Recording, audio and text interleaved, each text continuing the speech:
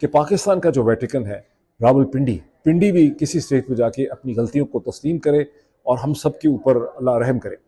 बहरहाल अब उस इन डेवलपमेंट्स की तरफ मैं चलता हूँ। अमरीकी जरीदे पब्लिकेशन इंटरसेप्ट ने एक बार फिर एक बहुत इंटरेस्टिंग स्टोरी पब्लिश की है, जो पाकिस्तान की intelligence agency premier intelligence agency ISI की लीक्ड डॉक्यूमेंट्स के ऊपर ये स्टोरी मबनी है। और ये स्टोरी ये दावा करती है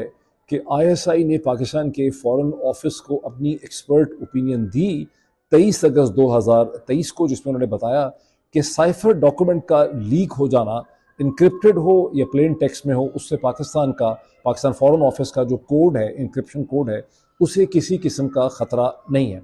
अब याद रहे कि पाकिस्तान में इमरान खान और शाह महमूद कुरैशी के ख़िलाफ़ जो मिनिस्ट्री ऑफ इंटीरियर ने और एफआईए ने केस बना रखा है, उसका एक बहुत अहम नुक्ता ये है कि पाकिस्तान के फॉर्मर प्राइम मिनिस्टर और पाकिस्तान के फॉर्मर फॉरेन मिनिस्टर की जो एक्टिविटीज़ हैं या उनके जो डिस्क्लोजर्स हैं, उसके नतीजे में पाकिस्तान का जो इंटरनेशनल फॉरेन ऑफिस का जो इनक्रिप्टेड कोड है वो कॉम्प्रोमाइज़ हो गया है। पाकिस्तान के राज जो हैं वो भी सारे के सारे अफशा हो गए हैं और पाकिस्तान की जितनी सीक्रेट कम्युनिकेशन है वो गैर महफूज हो गई है। अब इंटरसेप्ट की स्टोरी ये बताती है कि आईएसआई के पॉलिसी विंग ने ये डिटर्मिनेशन की कि इस किस्म का कोई ख़तरा नहीं है और पाकिस्तान का सीक्रेट कोड जो है वो कभी भी कॉम्प्रोमाइज़ नहीं हुआ। अब आपके जहन में सवाल ये पैदा होगा, बिकॉज मुझे शक है कि अभी इस स्टेज के ऊपर आप में से बहुत से लोग जो है इंटरसेप्ट की स्टोरी नहीं पढ़ सके होंगे, क्योंकि मैं समझता हूँ कि आप में से बहुत से लोग अपनी थी बहुत सी रिसर्च करते हैं, लेकिन अभी शायद आपने ये स्टोरी ना देखी हो। तो मैं उसके कुछ फैक्ट्स आपके सामने बताता हूँ कि इसका कॉन्टेक्स्ट क्या है। इसका कॉन्टेक्स्ट ये है कि जब 9 अगस्त 2023 को इंटरसेप्ट ने आईएसआई की लीक्ड डॉक्यूमेंट्स पे एक स्टोरी पब्लिश की आईएसआई के सोर्सेज पे, उसमें उन्होंने ये दावा किया कि जो साइफर जिसे हुकूमत पाकिस्तान डिनाई करती रही है, ये वही बात है कि वही साइफर है जिसके ऊपर अब केस बना दिया गया है और ये साइफर जो है ये वाकई एग्जिस्ट करता है और साइफर के जो कंटेंट्स या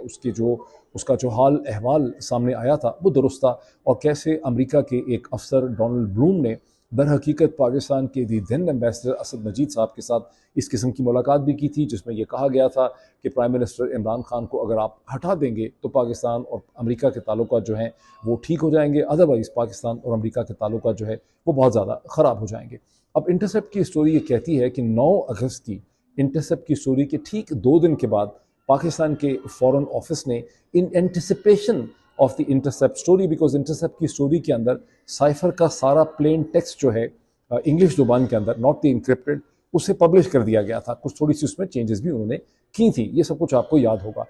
11 अगस्त 2023 को पाकिस्तान के फॉरेन ऑफिस ने एक ऑफिशियल कॉन्फिडेंशियल रिक्वेस्ट जनरेट की इंटर सर्विसेज इंटेलिजेंस, पाकिस्तान की प्रीमियर इंटेलिजेंस एजेंसी के लिए कि हमें ये बताया जाए कि इस साइफर के लीक हो जाने के नतीजे में उसका जो प्लेन टेक्स्ट सामने आ गया है, उसकी एनक्रिप्टेड फॉर्म भी शायद सामने आ गई है, तो क्या इससे पाकिस्तान फॉरेन ऑफिस की जो कोड है, उसका जो इंक्रिप्शन कोड है, क्या वो कॉम्प्रोमाइज़ हो गया है, क्या वो गैर महफूज हो गया है। और 23 अगस्त, उसके ठीक 10 दिन के बाद 23 अगस्त 2023 को आईएसआई के पॉलिसी विंग ने एक रिटन डॉक्यूमेंट, रिटन एडवाइस या अपनी ओपिनियन जो है, अपना एनालिसिस जो है वो पाकिस्तान के फॉरेन ऑफिस को सबमिट किया, जिसमें कैटेगोरिकली ब्लैक एंड वाइट तरीके से पाकिस्तान के foreign office, ministry of foreign affairs, MOFA को ये बताया गया कि इनक्रिप्टेड और प्लेन टेक्स्ट दोनों भी अगर लीक हो जाएं तो भी उससे पाकिस्तान फॉरेन ऑफिस का जो कोड है वो कॉम्प्रोमाइज़ नहीं होता। और उसकी बड़ी ठीक प्रोफेशनल साइंटिफिक एक्सप्लेनेशन दी गई कि अगर 2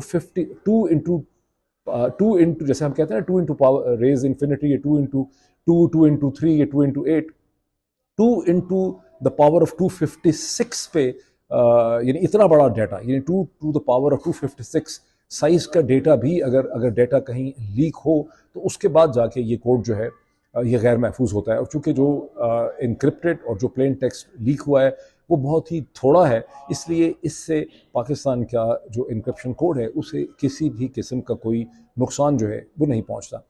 अब इस सारी चीज़ की सिग्निफिकेंस क्या बनती है? इसकी सिग्निफिकेंस ये बनती है कि अगर पाकिस्तान कोई मगरबी मुल्क हो, ये शायद इवन हिंदुस्तान भी हो, तो प्रोसिक्यूशन का, एफआईए का, मिनिस्ट्री ऑफ इंटीरियर का केस जैसे अडयाला जेल के अंदर जज जनाब मोहम्मद जुल्करनैन साहब, अबुल हसनात जुल्करनैन साहब सुन रहे हैं, वो केस सारा का सारा हवा में तहलील हो जाता है, उड़ जाता है। और अगर कोई और मगरबी मुल्क हो तो शायद जज ही कहे कि मैं ये केस अब नहीं सुनना चाहता, बिकॉज इस केस की तमाम इंटेग्रिटी और क्रेडिबिलिटी जो है वो गैर महफूज हो चुकी है, यानी ये केस जो है ये बिल्कुल नल एंड वॉइड हो चुका है। पाकिस्तान में शायद ऐसा ना हो, क्योंकि हम जानते हैं कि इस केस का वैसे भी कोई सर पैर नहीं है, और ये केस जो है ये प्रोफेशनल बुनियादों पे नहीं बल्कि खालिस्तन सियासी बुनियादों के ऊपर बनाया गया। लेकिन इस इंटरसेप्ट की जो स्टोरी है इसकी कुछ और भी इम्प्लिकेशंस हैं। इससे ये भी पता चलता है कि पाकिस्तान की प्रीमियर इंटेलिजेंस एजेंसी, जिसके आज पाकिस्तान की आवाम के बहुत बड़े यानी तबके के साथ ताल्लुकात खासे ख़राब नज़र आते हैं, बहुत ज़्यादा उसकी लान तान हो रही है, बहुत ही ज़्यादा लोग गुस्से में हैं इस बेचारी एजेंसी के ख़िलाफ़। वो जो एक गाना था कि मुन्नी बदनाम हुई, मुन्नी बदनाम हो गई बेचारी, लेकिन मुन्नी जब प्रोफेशनल काम करती है तो वो प्रोफेशनल काम ठीक ही करती है। और उनकी जो ये expert opinion Pakistan foreign office की जो लीक हुई है इंटरसेप्ट के सामने, इससे पता चलता है कि जब ये एजेंसी अपना प्रोफेशनल साइंटिफिक काम करती है तो इसके अंदर कैपेसिटी भी है, इसके अंदर स्किल सेट भी है, ये एक अच्छी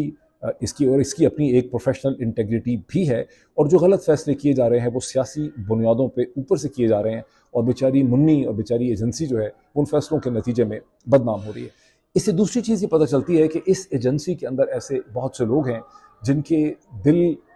there hearts at the right places, और वो चाहते हैं कि सच जो है वो दुनिया के सामने, आवाम के सामने आ सके और कोई हालात में बेहतरी हो। ये और बात है कि शायद ये सच्चे लोग जो इस एजेंसी के अंदर हैं, या जो इंटेग्रिटी वाले लोग हैं, ये कमज़ोर हैं या तादाद में बहुत कम हैं, या अपने डिसिप्लिन को वायलेट नहीं कर सकते। बहरहाल वो एग्जिस्ट ज़रूर करते हैं और वो मसलसल कोशिश कर रहे हैं कि सच को बाहर पहुँचाया जा सके।